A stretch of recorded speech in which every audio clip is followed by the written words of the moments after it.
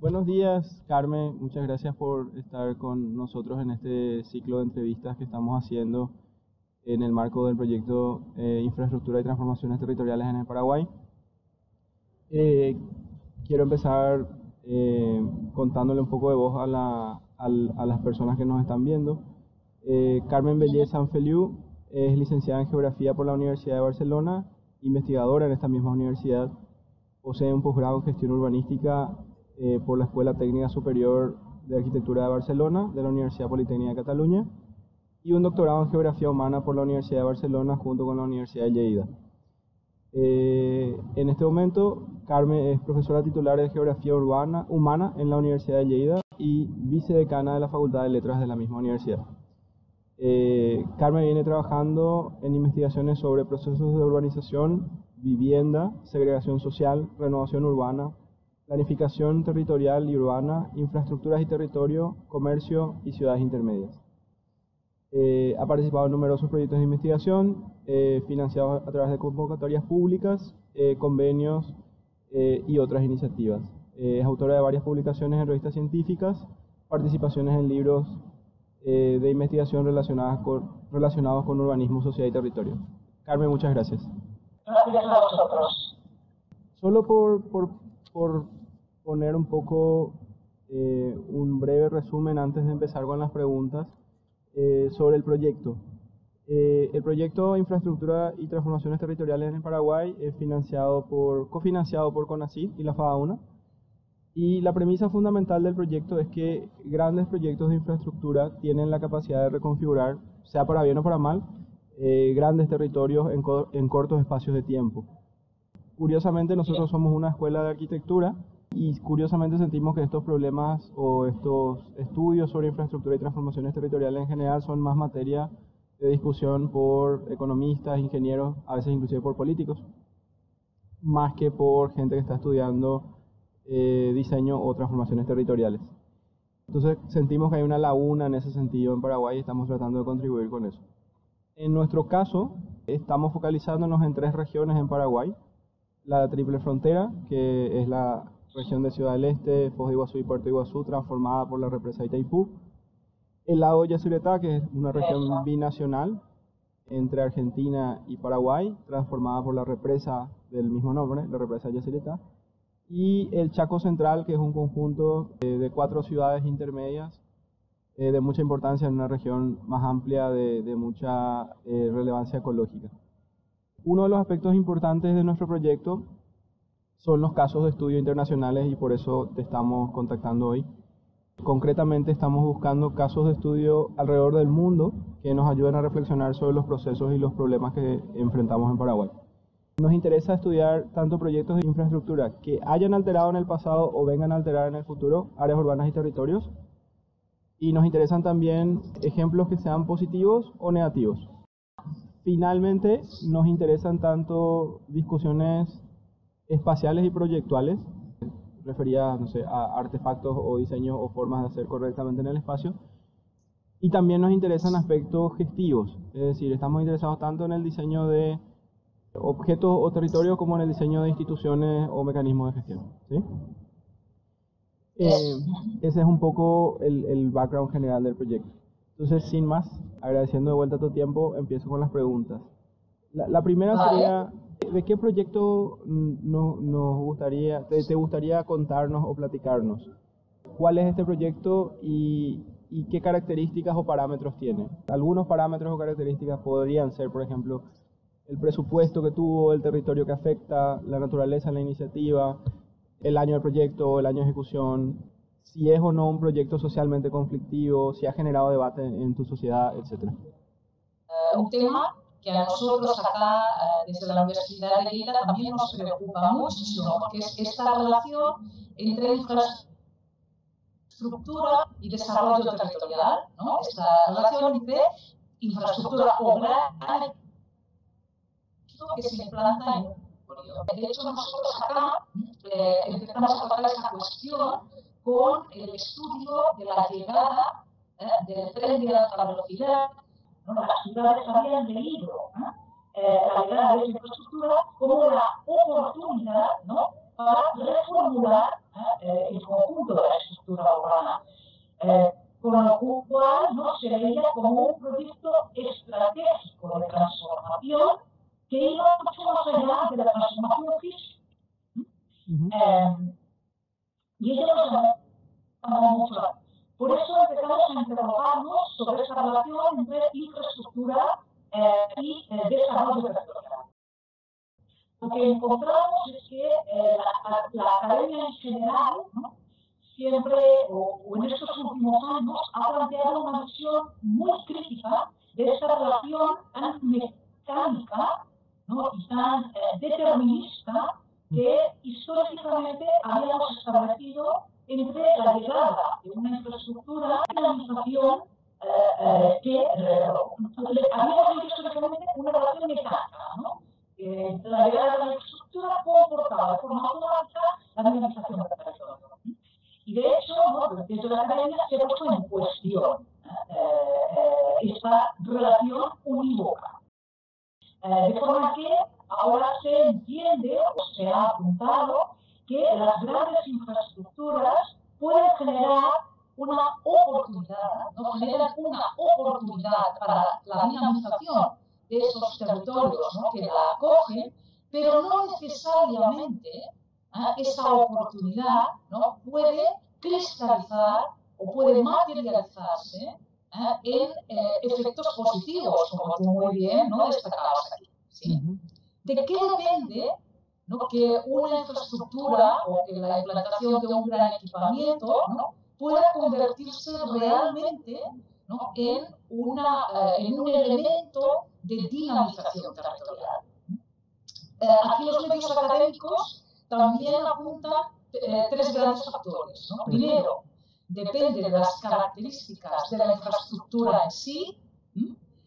En segundo lugar, depende de las características del contexto local que acoge esta infraestructura, del contexto geográfico, de la historia, de los recursos con que cuenta este medio, incluso, en tercer lugar, ¿no?, de las características de los agentes que están implicados en la integración de esta infraestructura. No es lo mismo que una infraestructura o que un equipamiento se integre en un entorno muy dinámico, con agentes muy activos, ¿no?, con agentes muy propositivos, ¿no?, que la misma infraestructura se implante en un entorno más pasivo, en la que los agentes no reaccionan con acciones, ¿no?, para interpelar o para integrar mejor esa infraestructura, ¿no? Podríamos sacar al menos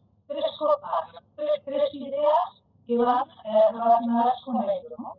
La primera, la implantación, ¿no?, de una infraestructura, no pueden considerarse al margen del contexto en el que se implanta.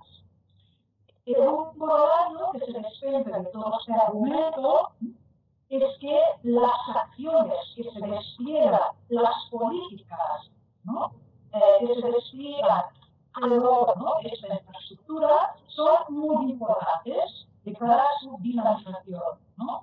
De hecho, ahora la literatura académica habla de que, o dice que las infraestructuras no son capaces de dinamizar nada, ¿no?, si estas no se territorializan o estas no son territorializadas, ¿no? Es decir, no son integradas en el medio geográfico en las que estas se ubican.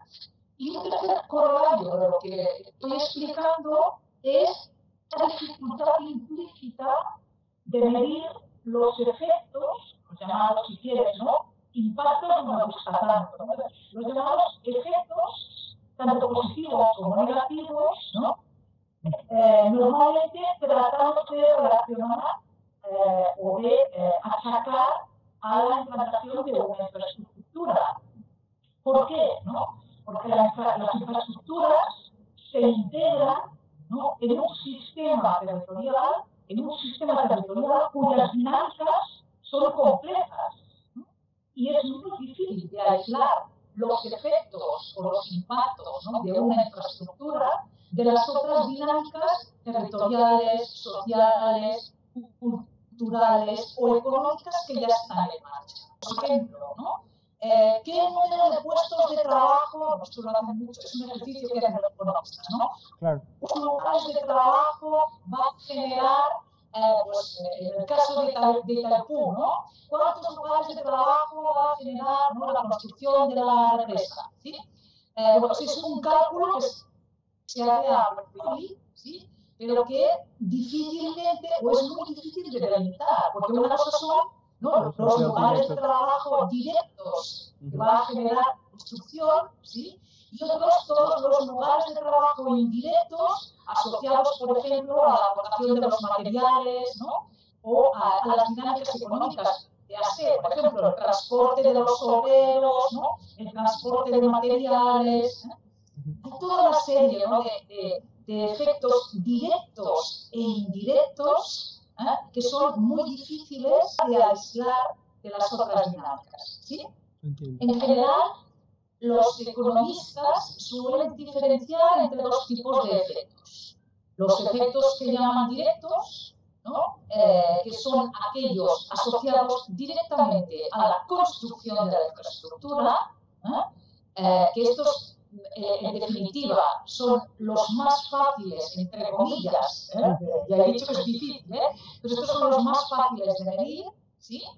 Digo, los economistas suelen diferenciar estos efectos directos asociados a la construcción, a la implantación de la infraestructura directa en el territorio, de los llamados indirectos o efectos multiplicadores que genera esa infraestructura, ¿no? Estos efectos multiplicadores o indirectos suelen producirse a lo largo del tiempo, no son inmediatos, y estos son mucho más difíciles de medir. De hecho,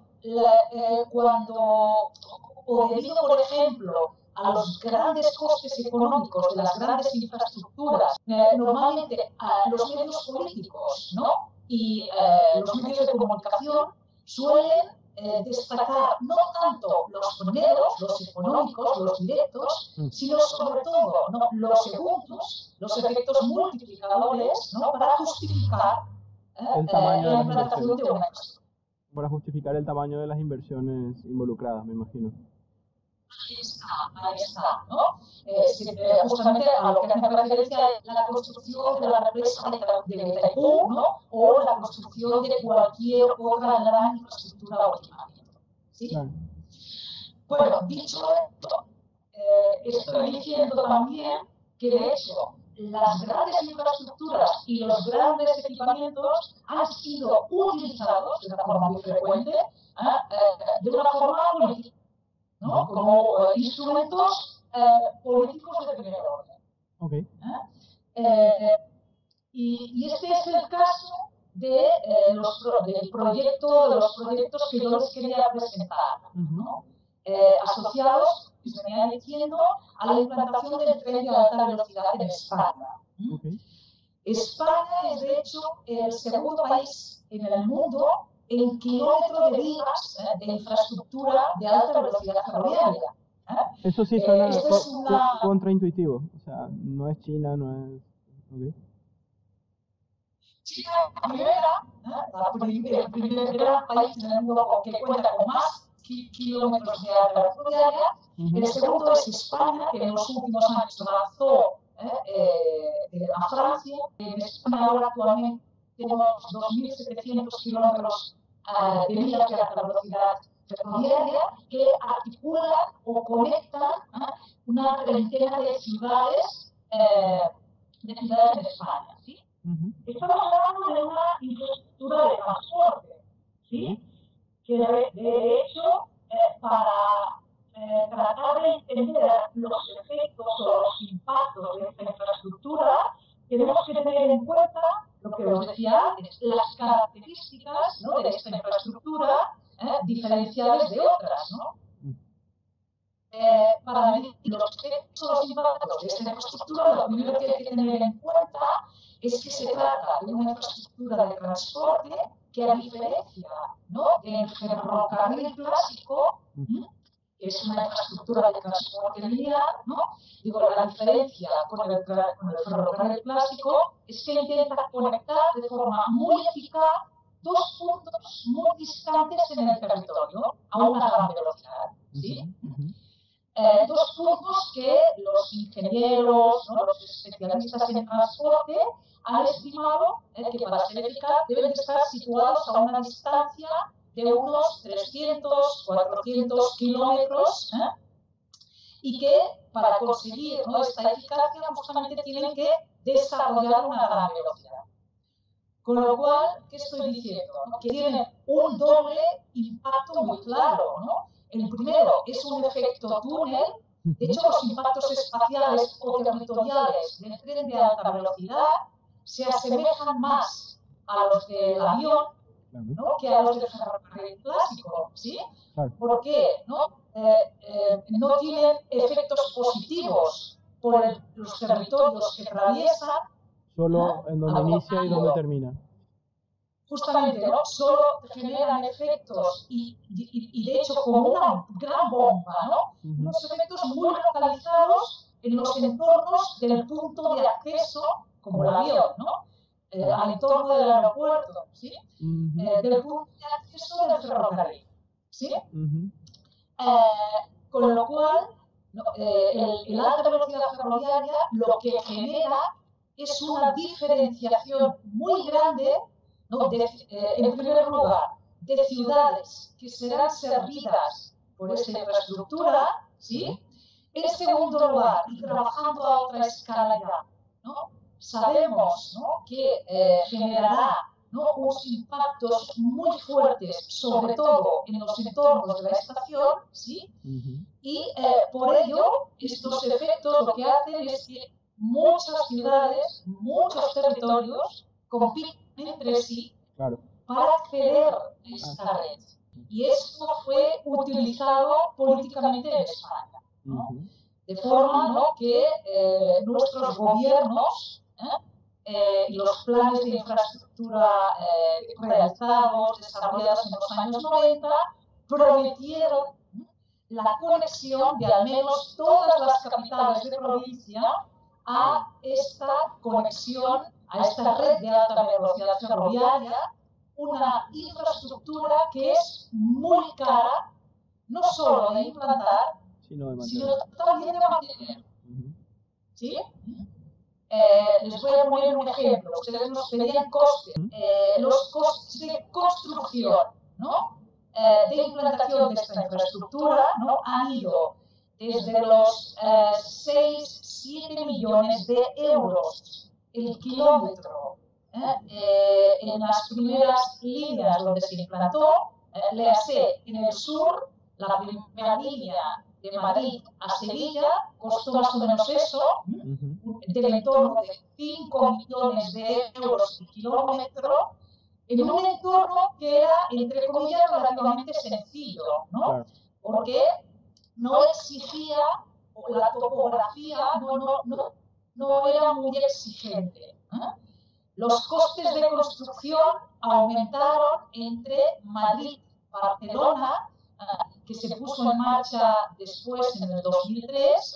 Aquí los costes de implantación ya iban al entorno de los 12, 15 de euros el kilómetro de día, y las últimas en ejecución, mucho más exigentes por la compleja topografía que es hacia el norte y hacia el noroeste español, han costado del orden de unos 20, 25 millones de kilómetros, estoy hablando de medias, ¿sí? Esto, los costes de las líneas, ¿sí? Pero a esto hay que sumar los costes de implantación a escala local. Claro, estaciones, equipamientos. Soterramientos de vías, ¿no?, desplazamientos, ¿no?, de instalaciones obsoletas en las periferias urbanas. Estas infraestructuras, ¿cómo se han gestionado a escala local? Los primeros ayuntamientos, las primeras municipalidades que recibieron esta infraestructura, que todavía no eran muy conscientes de qué es lo que tenían entre manos. Claro. ¿Sí? Y que sencillamente se limitaron a recibir la infraestructura sin ejecutar acciones paralelas para dinamizar, para recibir, ¿no?, esa infraestructura, Okay. sin entender la capacidad de dinamización de esta infraestructura. Así, ciudades como, por ejemplo, Sevilla, Córdoba o Ciudad Real, que están en el sur, en esas primeras ciudades que recibieron la infraestructura allá en los años 90, de hecho, los primeros tramos se inauguraron en el 1992, sencillamente se limitaron, ¿no?, a integrar físicamente aquello que recibían, Okay. ¿sí? Pero no desarrollaron estrategias de turismo, de marketing urbano, de dinamización económica paralela. El primer gran efecto, ¿no?, que introduce la llegada de la alta velocidad ferroviaria como es lógico, ¿no?, es una revolución en la accesibilidad. Como os decía antes, ¿no?, podríamos entender que incluso la llegada de infraestructura a ciudades medias o a territorios menos densos es como si llegara un aeropuerto. Claro. Revoluciona la accesibilidad de ese territorio de forma automática, ¿no? Uno puede conectarse, ¿no? En nuestro caso, ¿no?, quedabas conectado a Madrid, Ciudad Real, Madrid, que está distante, ¿no?, de unos 200 kilómetros, estaban conectados una hora. Eso revolucionaba las 2 horas y media casi que tardaban antes, ¿no?, Claro. en acceder a esta metrópolis, ¿sí? Esto es una enorme revolución en la accesibilidad, ¿no? Hubo también un gran impacto urbanístico porque se desplazó la estación clásica, ¿no?, Claro. a la periferia urbana, ¿no?, un cambio urbanístico muy importante, ¿sí? Pero podemos decir que a medio plazo poco más ocurrió. Okay. ¿Sí?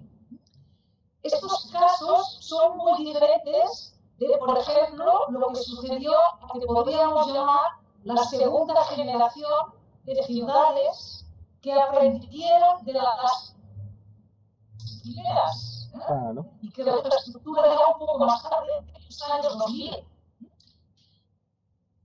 La segunda línea de alta velocidad ferroviaria entre Madrid y Barcelona, que se realizó ya en los años 90, ¿sí?, aprendió los primeros casos, ¿sí?, y por eso ciudades, ¿no?, como Zaragoza o como Lleida, que están en esta línea, ¿no?, de Madrid a Barcelona, empezaron a gestionar la llegada de la infraestructura de una manera muy diferente. Okay. Y en ese caso, en el caso de Zaragoza, fue, yo creo que ha sido uno de los más paradigmáticos y emblemáticos del caso español, ¿no? Porque ellos entendieron la llegada de esta infraestructura como un elemento estratégico para la ciudad de primer orden. No solo una profunda reestructuración urbanística, y con lo cual, ¿no?, utilizaron la implantación física del tren de alta velocidad como, ¿no?, un instrumento urbanístico de primer orden, sino que también, ¿no?, lo integraron en su planificación estratégica, en la dinamización económica del territorio. Okay. Entendieron que con la llegada de la infraestructura, Zaragoza pasaba a tener una posición estratégica en el Estado español a medio camino entre Madrid y Barcelona, ¿sí? Les permitía a ellos, ¿no?, revolucionar, ¿no?, o cambiar muchas estrategias económicas, como tenían un municipio muy grande, y ligaron, articularon la llegada del tren de alta velocidad a grandes operaciones, como por ejemplo el convertirse en un gran polo logístico en el sur de Europa, no solo en la península ibérica. También ligaron la llegada del tren de alta velocidad al desarrollo de grandes eventos, organizaron una exposición internacional, ¿sí?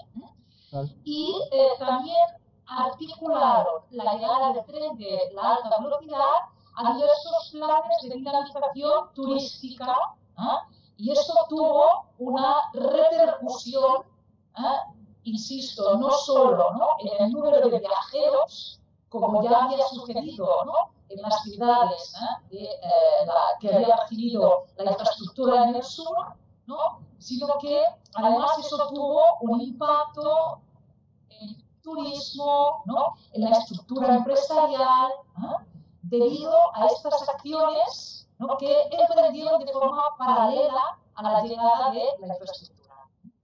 Eso sí, a un coste muy importante, Antes les hacía referencia al coste de la implantación de la línea.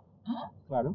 Se estima que el coste, o que todos los costes asociados a la implantación de la alta velocidad en Zaragoza giran al entorno de los 1.100 millones de euros en el municipio. ¿Solo en el municipio? Sí, solo en el municipio. Aunque eso sí, ¿qué implican estos 1.100 millones de euros? Les decía que en Zaragoza se entendió un gran instrumento de reordenación urbanística. De hecho, ellos gestionaron de forma paralela la llegada del tren de alta velocidad con la llegada del nuevo Plan General de Ordenación Urbana, ¿sí? Y en paralelo con la reformulación del Plan Estratégico Metropolitano, ¿sí? Okay. Y tanto en el Plan General como en el Plan Estratégico, el primer instrumento clave era el tren de alta velocidad. Esos 1.100 millones de euros de coste a escala municipal, ¿a qué iban destinados? En primer lugar, a trasladar la estación del lugar. Okay. La estación clásica de Zaragoza estaba en el centro y la municipalidad, los técnicos locales, entendieron que era muy difícil de convertir esa estación en un nodo logístico, que difícilmente la estación clásica podía acoger los servicios convencionales del ferrocarril y todos los nuevos servicios que iban a llegar con el alta velocidad. Claro. Que la estación se les iba a quedar pequeña. Y lo que hicieron fueron trasladar esa estación a una localización periférica, tangente, sobre los suelos que ocupaba la antigua estación de mercancías, ¿sí? El tren de carga. El tren de carga, eso es, ¿sí? Y, en tercer lugar, esa estación de carga se desplazó también hacia unos terrenos muy próximos, mucho más al sur, muy próximos a lo que era, o donde existía ya, un aeropuerto, con el objetivo de desarrollar en esta área al sur, donde estaba el aeropuerto, desarrollar toda una área logística que permitiera reunir en el mismo entorno estación de carga de mercancías por vía aérea, estación de carga de mercancías por ferrocarril, ¿sí? Todo esto en el sur, un corredor en el sur, ¿sí? Okay. Los terrenos que se liberaban en el centro con la estación clásica generaron una gran operación de renovación urbana, cuyos suelos liberados, estas funciones ferroviarias, se destinaron a operaciones de centralización, de generar una nueva área central en Zaragoza, destinada a grandes equipamientos terciarios, oficinas, un museo y una estación de cercanías. Y como les decía, la nueva estación, ¿no?, que se construía, ¿no?, en la antigua estación de carga, servía también de forma estratégica, ¿no?, para desarrollar, para ampliar y articular los barrios del oeste metropolitano que estaban un poco desencajados, ¿no?, y sobre los cuales también se construyó la exposición de la que les hablaba antes, claro. la exposición que se celebró en Zaragoza en el 2008, es una exposición internacional que uno de los objetivos principales era desarrollar o articular un meandro a las riberas del río Ebro que quedaba inmediato o enfrente de la estación. ¿Qué les estoy explicando de eso, no? Que yo creo que es lo que debe aprenderse del caso de Zaragoza, ¿no? Cómo, ¿no?, de la llegada de una infraestructura de transporte al final acabó entendiéndose, ¿no?, y articulándose como, ¿no?, un instrumento de intervención urbanística, ¿no?, que iba a permitir la reestructuración metropolitana, ¿no?, la reestructuración urbana, ¿sí?, pero aparte, ¿no?, y en tercer lugar, como, ¿no?, un instrumento de dinamización, como les explicaba antes, socioeconómica, que iba también a permitir a Zaragoza a cambiar su perfil económico. Claro.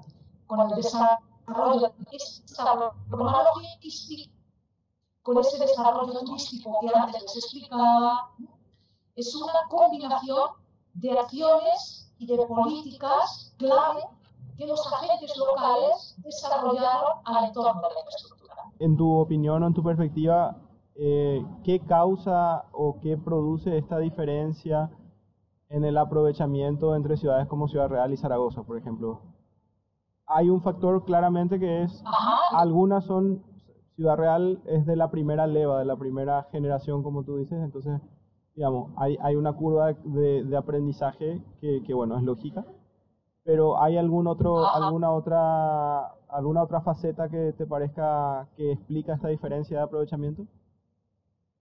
Sí, como te decía antes, hay diversas facetas, no es solo la cuestión de gobernabilidad, no son solo las acciones. Yo antes destacaba tres, ¿no? Y en cuestiones de transporte, claro, no es lo mismo hablar de una infraestructura, ¿no?, como una represa, ¿no?, la represa de Taipú, Claro. con grandes condicionantes medioambientales de entrada. Cuando hablamos de costes directos, ¿sí?, los economistas suelen gestionar de forma directa los costes económicos, ¿sí? Claro. También, especialmente, ¿no?, desde el mundo de la ecología, a valorar los costes ambientales, ¿no?, los costes medioambientales. Pero todavía nos cuesta mucho, y yo creo acá, ¿no?, que arquitectos como ustedes, urbanistas o geógrafos como yo, podemos jugar un rol muy importante, y también otras disciplinas como sociólogos, antropólogos y politólogos. Aquí podemos jugar un rol muy importante y es a tratar de valorar los aspectos espaciales y sobre todo los costes sociales que genera la implantación de una infraestructura o de un equipamiento. Costes sociales directos, en términos de qué población ha sido desplazada, ¿no?, de un territorio cuando hablamos de una represa. ¿Qué población ha sido privada de los usos previos, ¿no?, que se desarrollaban en ese territorio? ¿Qué población, ¿no?, se ha visto damnificada de forma directa o indirecta con su construcción, ¿no? Por ejemplo, ¿no?, a través de las barreras, una represa o una infraestructura de alta velocidad, ¿no?, marca una barrera territorial grande, ¿sí?, que impide a veces o que dificulta las relaciones que antes podían establecer ciudadanos o habitantes del territorio de forma directa, ¿sí? Volviendo a la pregunta que me hacías de forma directa, ¿no? Claro. ¿De qué depende? Digo, depende no solo de las acciones o estrategias que se desarrollan en el caso de una infraestructura de transporte, sino también de las características o de los cambios que de forma directa supone la llegada de esa infraestructura en el medio, ¿no? Por ejemplo, no es lo mismo la revolución que suponía o que supone, ¿no?, para Ciudad Real. Normalmente cuando se habla de alta velocidad ferroviaria se dice que ha servido sobre todo para articular a las grandes metrópolis, que los grandes beneficiados, ¿sí?, han sido las grandes metrópolis urbanas. Claro. En términos de número de viajeros, eso es cierto, ¿sí? Pero en términos de beneficio de accesibilidad, de oportunidades de accesibilidad, eso ha sido mucho más revolucionario para ciudades medias o pequeñas que antes estaban mucho más, mucho menos articuladas, ¿no?, a las grandes ciudades, ¿no?, que a las grandes que siempre han estado bien conectadas. Por supuesto. La relación entre Madrid y Barcelona siempre ha sido buena. Antes por el avión, ahora por el avión y por el ferrocarril de alta velocidad, ¿sí? Claro. En cambio, para territorios, ¿no?, como Ciudad Real, que antes estaban, como les digo, 2 horas y media, 3 horas para llegar al centro de Madrid, o para Lleida, ¿no?, que antes está a 150 kilómetros de Barcelona y a unos 200, 250 de Madrid, ¿sí? Antes tardábamos unas 3 horas, 4 horas, 3 horas, 3 horas y media para llegar a Madrid, ahora lo hacemos en 2 horas. Antes estábamos 2 horas para llegar a Barcelona, al centro de Barcelona, ahora en 1 hora es la mitad del tiempo. Eso supone una revolución que, por ejemplo, incide en un hecho que también yo creo que es muy interesante, y es que ha generado commuters, ¿no?, viajes pendulares, ¿no?, a unas distancias que antes eran impensables. Claro, ¿sí? claro. Ahora tenemos, ¿no?, commuters, ¿no?, viajes pendulares casi diarios, a diario, entre Lleida y Barcelona, insisto, 150 kilómetros, o entre Ciudad Real y Madrid, 200 kilómetros, personas que viajan cada día y vuelven, ¿no?, Llegan a casa de como si Ciudad nada. Real a Madrid, justo se van a primera hora de la mañana y por la noche. Claro. Eso era impensable, ¿no?, antes, y ahora, a través de este medio de transporte, ¿no?, eso es inmediato. Otro efecto al que referirme, ¿no?, y que también puede relacionarse con cualquier otra gran infraestructura, son los efectos simbólicos, que esos también son muy difíciles de medir, ¿no? Yo, por ejemplo, recuerdo que cuando llegué a estudiar por primera vez los efectos en Ciudad Real o en las ciudades donde se implantó primero en el sur, en las ciudades más pequeñas, en los territorios menos conocidos, cuando yo les preguntaba, ¿para qué ha servido la llegada del tren?, ¿no?, y ellos me respondían, para colocar nuestra ciudad o nuestro territorio en el mapa. Hay un efecto, ¿no?, inmediato a la llegada de la infraestructura, ¿no?, con el conocimiento, ¿no?, con la atracción turística, ¿no?, el nombre de repente empieza a sonar mucho más, ¿no? Todo el mundo en el primer momento de la llegada sabía dónde estaba Ciudad Real, ¿no? Y hasta ese momento Ciudad Real parecía una ciudad muy lejana, era algo desconocido, ¿no? Y lo mismo ocurrió con Lleida, ¿no? De repente, al llegar a la estación, ¿no?, al mejorarse la accesibilidad, ¿no?, eso contribuía de forma automática a situar la ciudad en el mapa. Digamos, hablando de fuerzas económicas o políticas, ¿quiénes fueron los principales actores impulsando el proyecto? Y si hubo fuerzas que resistieron a estos proyectos de alta velocidad, ¿y quiénes serían? Claro, la primera pregunta, es absolutamente clave. Es una pregunta muy buena, Juan Carlos. Para que una infraestructura, ¿no? Ese es uno de los factores que encontramos y concretamos, de hecho, en todos los estudios.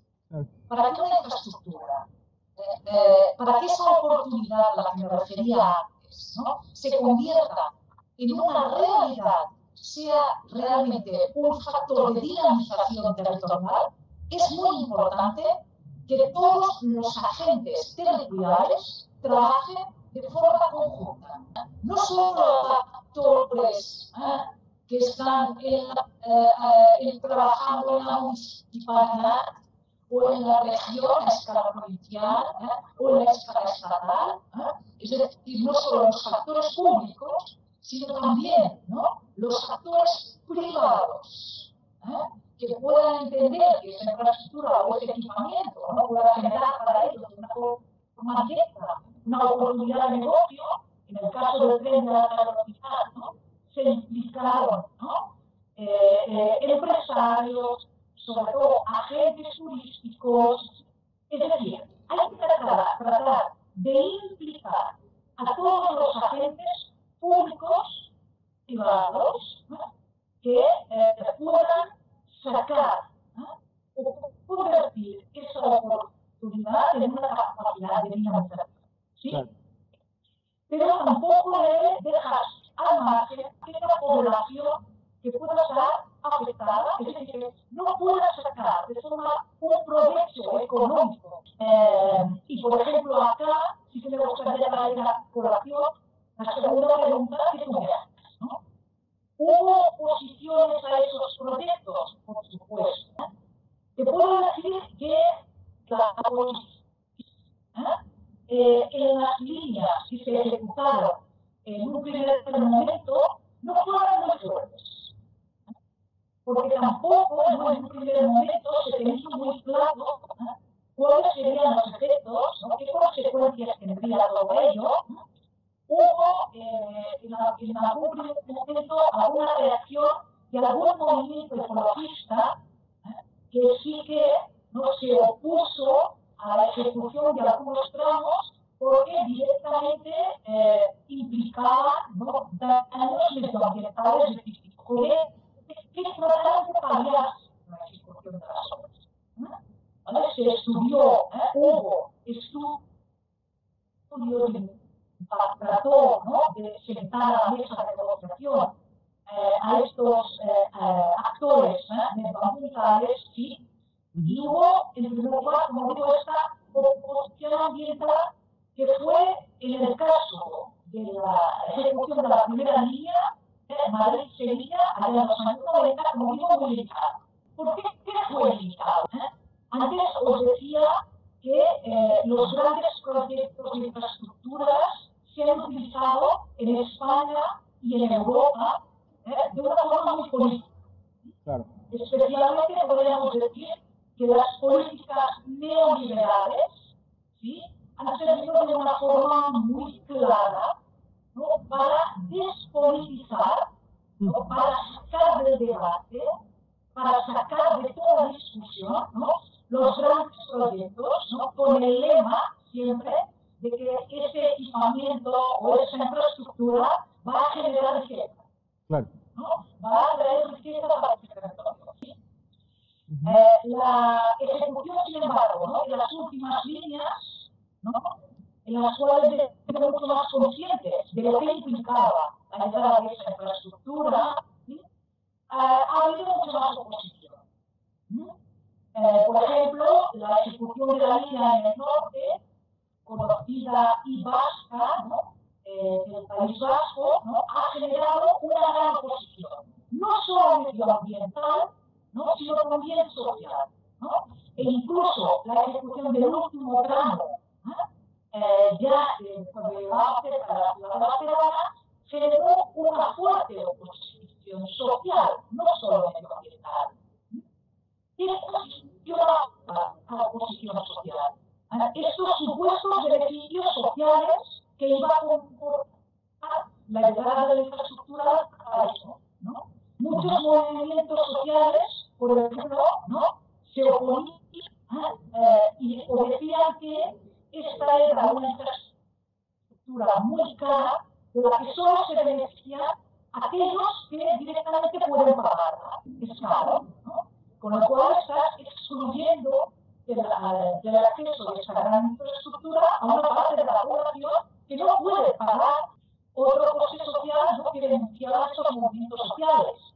La puesta en marcha de esta infraestructura de transporte tan costosa ha conllevado, ¿no?, la eliminación, ¿no?, de otras inversiones que eran también necesarias, como por ejemplo inversiones en el ferrocarril o clásico, en el medio de transporte clásico que a escala regional era masivo, ¿no? El de cercanías. Esto que ha supuesto para muchos territorios. Claro, no tanto cercanías, sino lo regional. ¿Sí? Okay.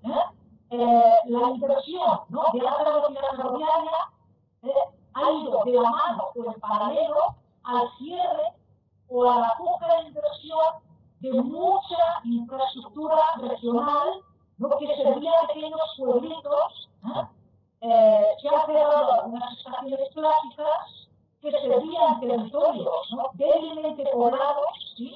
Y esto, claro, esto tiene unos costes sociales y territoriales que no han sido valorados. Y con ello, los movimientos sociales, o estos costes sociales, ¿no?, ahora se están trayendo a la población y yo creo que son importantes nombrar. No solo los costes directos, como decíamos antes, sino los indirectos. Es importante valorar dónde se ha invertido, pero también dónde no se ha invertido por causa de focalizar esta fuerte inversión en un territorio concreto. No, por supuesto. O sea, se galvaniza el territorio hacia ciertas ciudades o hacia ciertos no, y el resto queda siendo el resto. Justamente. Y eso tiene, como decíamos, ¿no?, unos costes o genera desequilibrios territoriales, ¿sí?, pero también desequilibrios sociales muy importantes. ¿Cuál es la escala en la que te parece se concibieron estos proyectos? ¿Europa entera? ¿El Estado Nacional español? ¿Las autonomías? Y yo hago siempre este ejemplo porque cuando hablamos de Itaipú, por ejemplo, claro, es un proyecto cuya escala ni se compadece ni se relaciona con lo local. Con lo local de Ciudad del Este y Triple Frontera obviamente no, casi que con Paraguay entero tampoco. Itaipú empieza a ser lógico cuando uno ve la escala de consumo de San Pablo, digamos, ¿sí? O digamos, de todo el parque industrial del sudeste brasileño, que es uno de los más importantes de América Latina y del mundo, probablemente. Entonces, claro, esa infraestructura que tiene una posición local, obviamente no está diseñado en función de necesidades o criterios locales. Trasladando esa pregunta al AVE, ¿cuál crees que es la escala a partir de la cual se concibió el proyecto o los proyectos? ¿Es Europa entera? ¿Es el Estado Nacional? ¿Qué sería? Yo creo que el análisis de las escalas desde las que se gestiona este proyecto, pero también la escala, ¿no?, o desde la que se concibe el proyecto, ¿sí?, pero también luego la escala desde la que se gestiona la construcción, y en primer lugar, un momento, ¿no?, la escala, ¿no?, desde la que se gestiona la puesta en servicio de esta infraestructura de equipamiento. Es decir, yo creo que hay que tener en cuenta no solo la relación entre escalas, sino también la dimensión temporal de los proyectos. ¿Sí? Okay. Y ahí es importante lo que tú antes me decías, ¿no? Por ejemplo, Itaipú fue concebida, ¿no?, justamente para servir, tiene sentido, ¿no?, en la concepción inicial, ¿no?, a una escala transnacional, ¿no?, sobre todo para generar electricidad, ¿no?, pues eso, a escala de Sao Paulo. Lo mismo ocurre un poco con el tren de alta velocidad. Inicialmente es un proyecto, ¿no?, que se gestiona en Bruselas, Claro. que se gestiona a escala muy grande, ¿sí? Pero que luego se va implementando a escalas, ¿no? Quizás esta es una diferencia del tren con la presa de Cancún, ¿no? El tren de alta velocidad puede contemplar los impactos a tres grandes escalas. La primera, la que se produce en la estación, en el entorno. La segunda escala sería la escala local, la metropolitana, ¿sí? Y la tercera escala podría ser la escala regional, ¿vale? Y hay que medir los impactos y los efectos que son diferentes en todas estas escalas. Y es claro que eso que en el momento de la planificación de la infraestructura, el que planifica a escala transnacional, ¿no? El que planifica desde Bruselas o el que planifica desde escala estatal, no entiende o no Lo que pasa ve de una forma muy clara, no le interesa o fuertes incongruencias de esos grandes proyectos, que tienen una concepción, ¿no? A una escala que va más allá de lo supralocal, como es la presa de Cancún, o como es, ¿no? La estación de alta velocidad ferroviaria, que ha de manejar los problemas cotidianos, ¿no? Que genera la implantación de esa infraestructura es la municipalidad y el gobierno regional. ¿No? Por eso te decía, no solo debe contemplarse las escalas diferentes, sino también los tiempos. El tiempo del proyecto, ¿no? Que es el tiempo del proyecto, ¿no? Transnacional, en el que luego se implica al final, ¿no? Se implica siempre, pero solo al final, la escala local. Y eso no era el problema, ¿no? Por eso desde Lleida, desde Zaragoza, desde Barcelona, ¿no? Se luchaba, ¿no? Por incluir a la municipalidad, incluir a la escala local en la desde el discusión. principio, no al final. Porque puedes corregir los problemas, ¿no? De implantación, de gestión de la infraestructura a nivel local, es mucho más complejo. Si tuviésemos que resumir un poco esta conversación, ¿qué aprendizajes negativos, digamos, qué caminos no deberíamos seguir y qué lecciones positivas o qué no sé, procedimientos o caminos podríamos aprender a partir de la experiencia del AVE? Las primeras lecciones empezarían con estas últimas cuestiones que ahora tú y yo estábamos debatiendo, que es la cuestión de la gobernabilidad. ¿Cómo y con quién debe de gestionarse la implantación de grandes infraestructuras y grandes equipamientos? ¿Sí? Y yo aquí, como decía hace un momento, ¿no?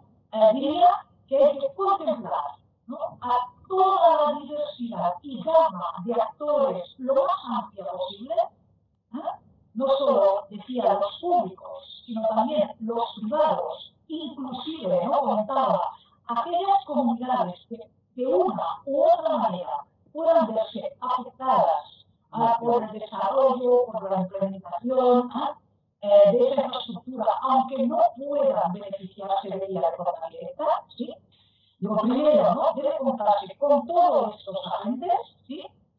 En segundo lugar, hay que tener en cuenta, ¿no? Que en el momento de la planificación, es decir, en el momento del proyecto, de la planificación del proyecto, ¿no? Deberían sentarse en la mesa los agentes implicados a diversas escalas, esta escala que comentábamos, transnacional, nacional, regional, y escuchar sobre todo a los agentes locales. ¿Por qué? Porque luego, como decía, corregir los problemas una vez, ¿no? Está ya planificada, diseñada esa infraestructura, es muy complejo, ¿no? Con lo cual, ya desde el principio debe de sentarse a la mesa de negociación y ya en el diseño del proyecto, ¿no? Todos los agentes a diversas escalas. También decía que es muy importante gestionar los tiempos, ¿no? Normalmente, estructura, y por eso me parece muy interesante vuestro proyecto, ¿no? Se prevén los impactos o los efectos antes de la llegada de la infraestructura, para justificar su construcción. Claro. ¿Sí? Pero no hablamos nunca de lo que ocurre después, ¿no? Después de la llegada de esa infraestructura. De hecho, los efectos más importantes son los que se producen, no los directos, sino los indirectos a lo largo del tiempo, ¿no? Claro.